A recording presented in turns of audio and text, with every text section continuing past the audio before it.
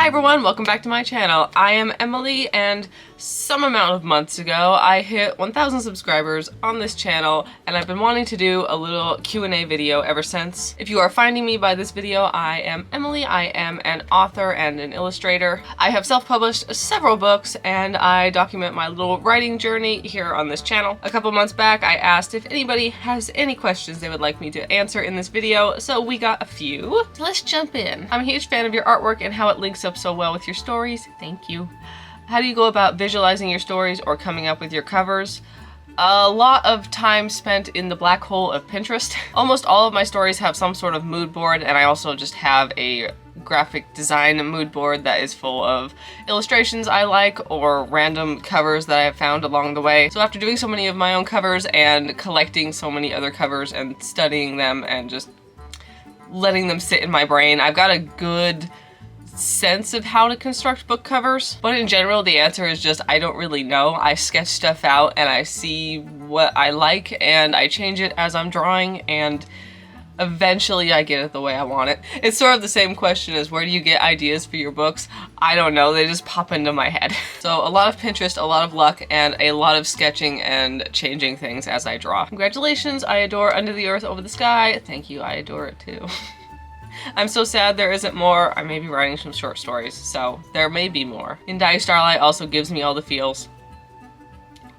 A big question I have is, how do you decide on what stories to prioritize? How do you make your main character so lovable? Also, what's the favorite thing to write? What is your favorite thing to write? How do you decide on what stories to prioritize? It is a mixture of what do I think is the most marketable, what I'm the most excited to write, and what I have the most planned out in a coherent fashion. Because I have a lot of ideas that are both marketable and I'm excited about, but I don't have the plot worked out for them, so I simply can't start writing them. I will try to outline them, and if the outline turns into something coherent that I can write, great, I'll write it. But for the most part, plot comes to me the slowest. It's the only reason I don't write more books per year. I can write quickly, but coming up with the plots is hell. Marketability is probably the least important factor. Obviously, if I don't care about it, but it's marketable, it's not gonna work out. But one of the reasons I picked a fantasy romance to work on next is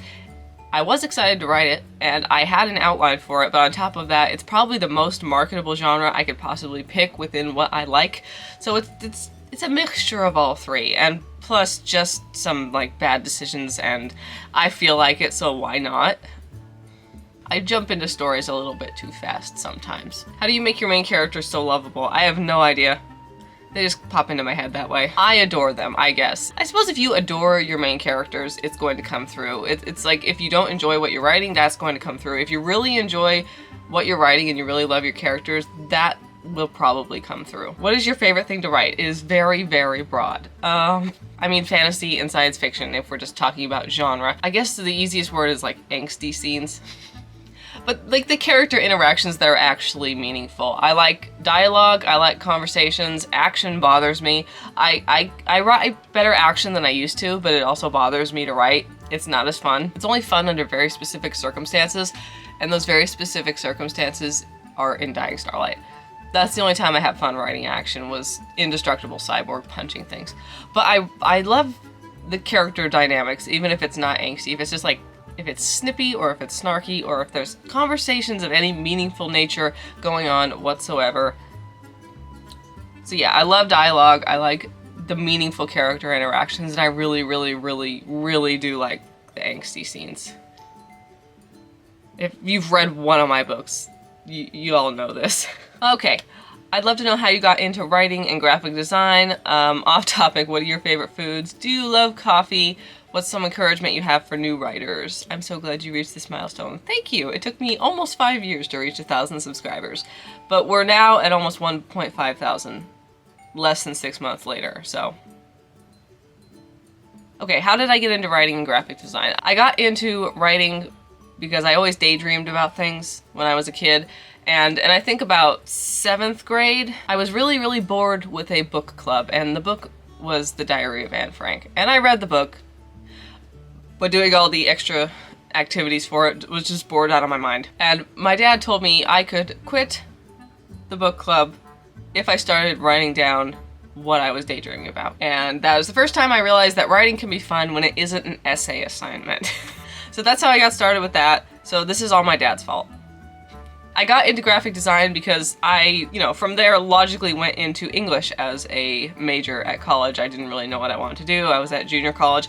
I went, well, I like to write, I'll pick English. And English does not, that doesn't really translate. Loving writing doesn't really have anything to do with an English degree. I'm just gonna tell you that right now. I didn't want to teach, and it was just, it was all essay writing, which was fine. I liked essays more by that point, but I really didn't like the English degree at all. I got it because I was very close to getting it, but so I started looking around for other classes that seemed even mildly interesting, and I came across a web design class, and I was like, I would like to learn the basics of coding. And they had a little web design certificate, which was like a coding class, 2 other classes that I can't even remember, and a Photoshop class. So when I took the Photoshop class, I realized that there was this whole graphic design department and how much fun it was, and that I was pretty decent at it, and I switched into that, and that is what I went to university for eventually. What are your favorite foods? I don't know. I'm not gonna have anything that interesting to say. I love pizza. I love junk food. I don't eat as much junk food as I would like to, but, I love crappy food. What can I tell you?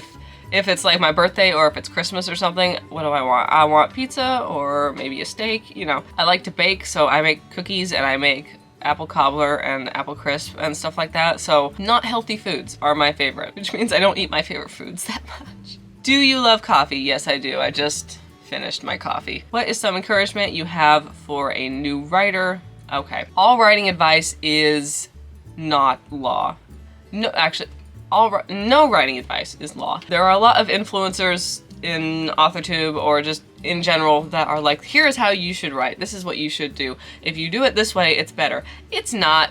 It's all extremely individual. Even the opinions that I have on writing, they're opinions. They may not work for you at all. Don't think you have to write a certain way, especially if you go, oh, I have to write this way. It should be fun. Write the way that is best for you. It's good to try out a lot of different pieces of advice, but choose your own routine. Choose the way you write. You don't have to write every day. You don't have to edit as you go. You don't have to fast draft. You don't have to zero draft. You don't have to do anything.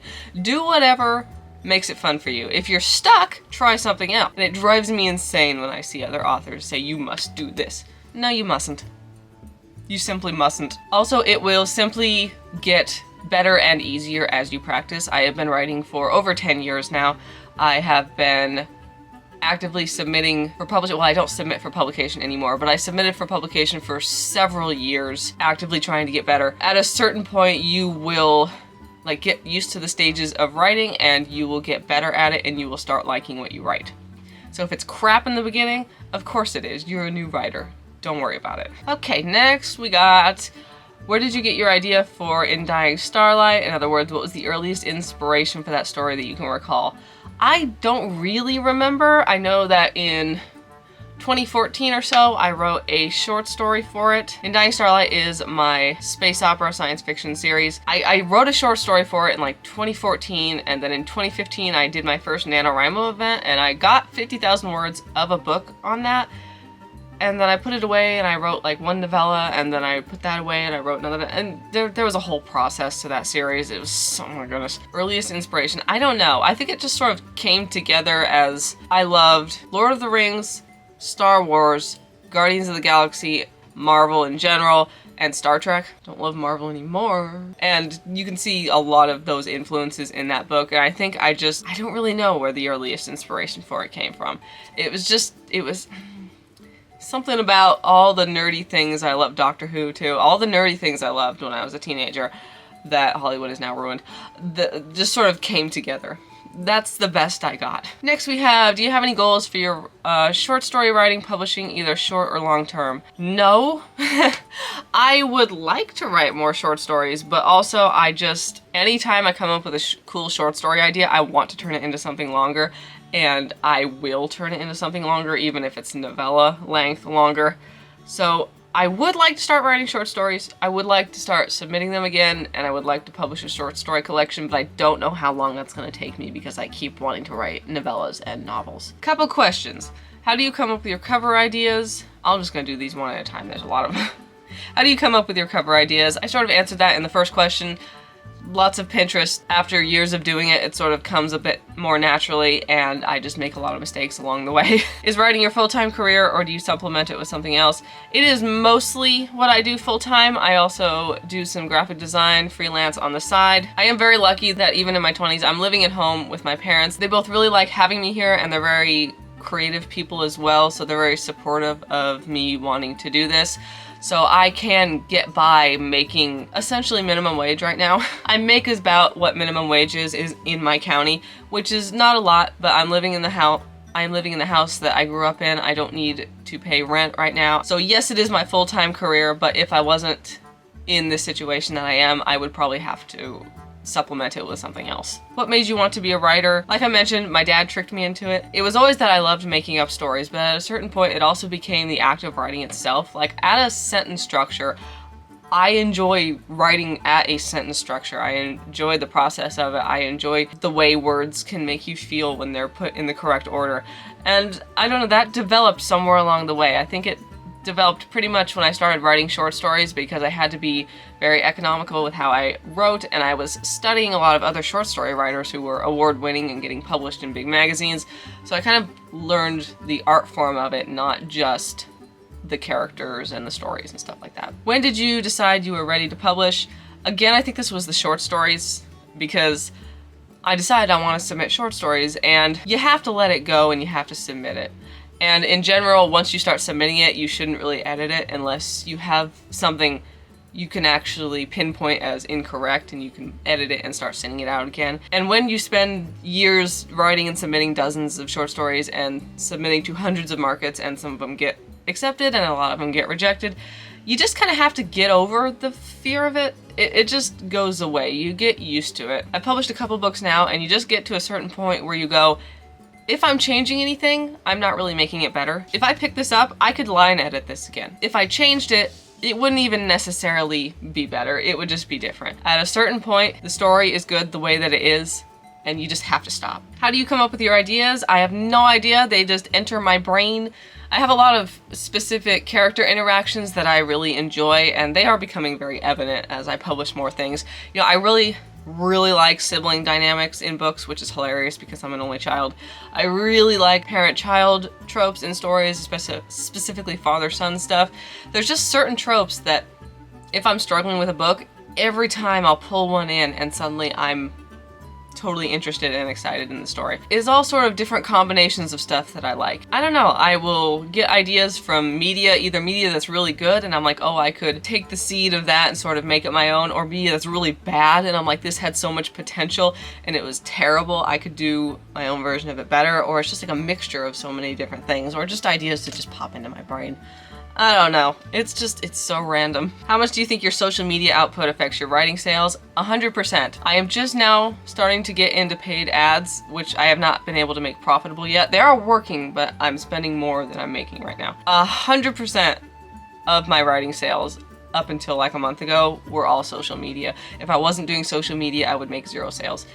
TikTok worked really well in the beginning. It barely does now. Instagram has almost entirely taken over as the profitable social media to use. Those funded my Kickstarters. Those are everything for my career right now. Who is your most absolute favorite character from each of your stories? I will say that unlike when you read a book, my favorite character is the main character. I know a lot of people, they read the books, the main character is not their favorite character.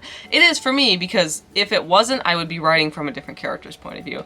I'm writing from the point of view of the character I love the most. So the main character is always, but outside of the main character, in this one, almost definitely Galen. He's amazing. I love him so much. Ian the Sea at the end of everything, it's probably half. He's so goofy and adorable in just an innocent sort of way. He's so cute. In Dying Starlight, Bat, but also Zane.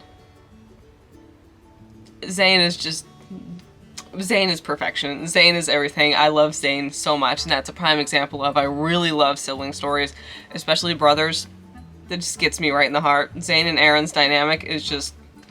In the short story collection, I don't really know. I wrote those a long time ago. In the title story, In All the Woods She Watches Over, I really do love Adeline, the main character, and the wolf.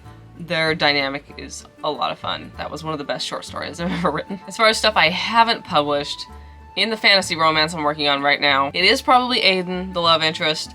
In a close second is Una, the best friend of the main character. So yeah, always the main character, but usually you can tell it's one of the characters who gets the most screen time or page time. So those are the questions on Instagram. What is your favorite thing you have written so far? That's hard to answer. Probably this. It feels like my most well put together story. The plot feels the best, the sentence structure feels the best. It feels like one of the more deep and meaningful stories so far. But also the one that like had the most emotional impact was In Dying Starlight.